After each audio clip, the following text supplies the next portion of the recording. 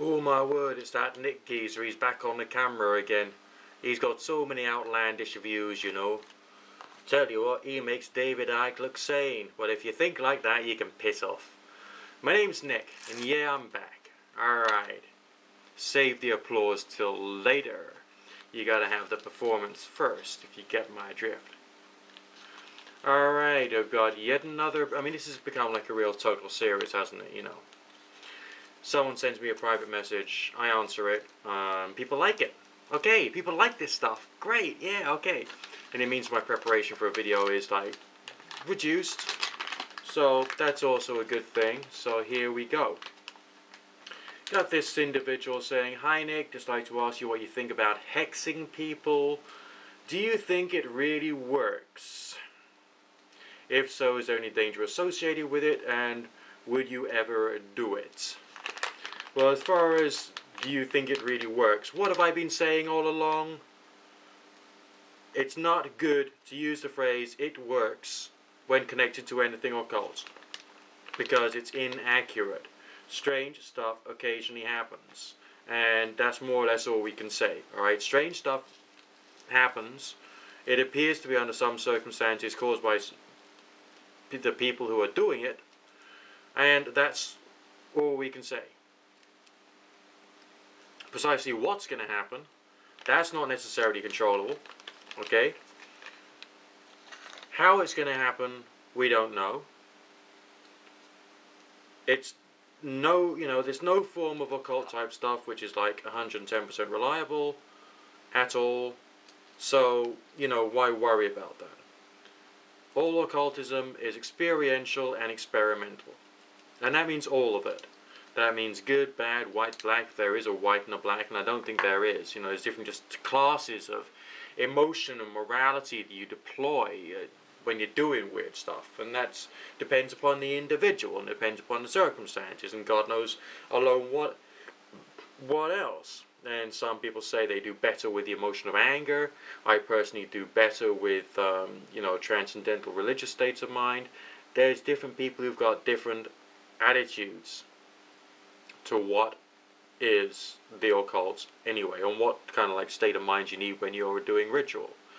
I personally feel that a meditative state of mind is best. I therefore would put myself in a state of mind whereby there's something good going on inside my head, which is emotionally positive, spiritual, transcendental, and therefore basically good. So you might call me, oh, he's a white magician, yes, he's a Gandalf, he is, oh yes. Well, or you can say whatever you want, but that's, that will be your classification, really. It's not, there's no objective classification, just like there's no real hard and fast objective morality. There's things which I personally think are wrong, or are sick, or are twisted, or whatever, but those are my own classifications based upon my own tastes, okay? I think that the vast majority of humanity has basically like a lower common denominator understanding as to what they regard as being sane, decent, normal, and appropriate to society. And that's probably as far as we can go. But of course, when you're dealing with an individual on an individual basis, there's different rules going on, as you know from your just social skills. So is there still a white and black? No, I don't think so. Now, as far as actually doing something deliberately to harm someone, have I ever done that? Yes, I have. Was a result gained? Kind of. There was once this, I've mentioned this story before, I'll mention it again, so what?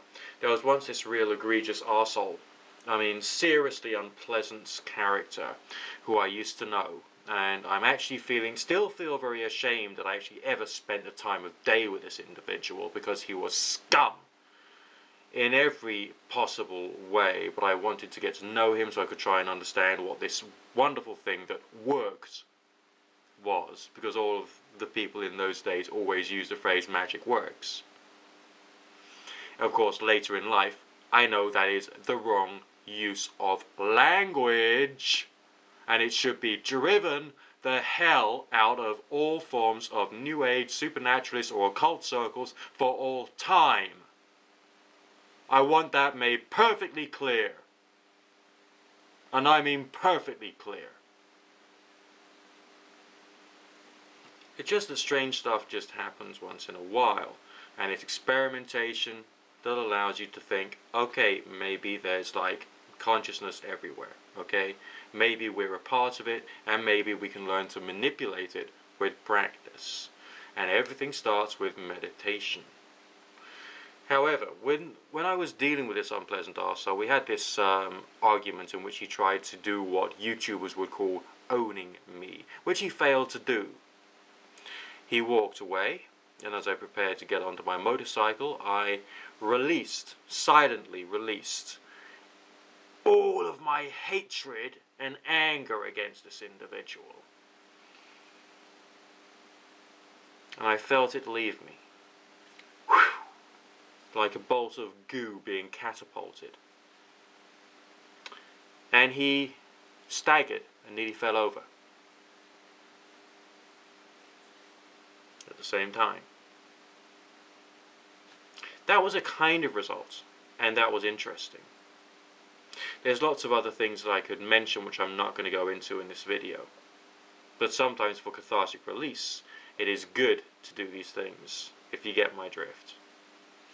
So I personally feel that some forms of negative emotions, if built up big enough inside you and released at a crescendo, build it up into a moment and then send it out of yourself, may have some kind of influence. What that would be, and to what extent that would be, you would never be able to say. And yes, you can use ritual, chanting and all the rest of that to do that. But essentially, to be able to make that actually, as it were, work reliably, the quantity of sick, twisted, perverted, messed up emotions and thoughts you would have to build up inside yourself could be enough to drive you over the wall. I mean, literally screwed, mentally screwed forever. So that's why I don't get involved in doing that. Because you'd have to build up all of that, for want of a better word, alright, for want of a better word, evil inside yourself. Not through worshipping some kind of horned statue, but real emotional, I want to kill kind of emotions. And then to release it all, or to try to. But the thing with the state of that moment when your mind is that heavily focused at the crescendo, something of whatever it is you're focusing in on will stay stuck in your mind. That's the danger. And so you've got other problems you'll then have to deal with. Alright, your own sickness which you'll have given yourself as a result of building yourself up to these negative emotional crescendos. Alright, so the danger of hexing people is that it can turn you into a psychotic, psychopathic lunatic. And that's why you got to be careful. We all need to take responsibility for what goes on inside our minds and the ideas that we implant into our minds by and for and how, whatever way. And if we put better ideas into our minds, we're more likely to be able to program ourselves, as it were, to become better qualities of people. And you've got to think carefully about which better ideas to put inside yourself so that you can adjust your own character, mentality and personality in the right ways. So, that's my main message to you today. Good fortune, God bless, peace, tranquility, goodwill, and remember that the phrase, "it works," has to be driven out of occult conversations, basically for all time. It is wrong, intellectually and morally, to go around saying, oh, this works. Alright, because the people who do that repeatedly, if they don't work in a cancer ward and go around curing people instantly, they should shut the fuck up forever.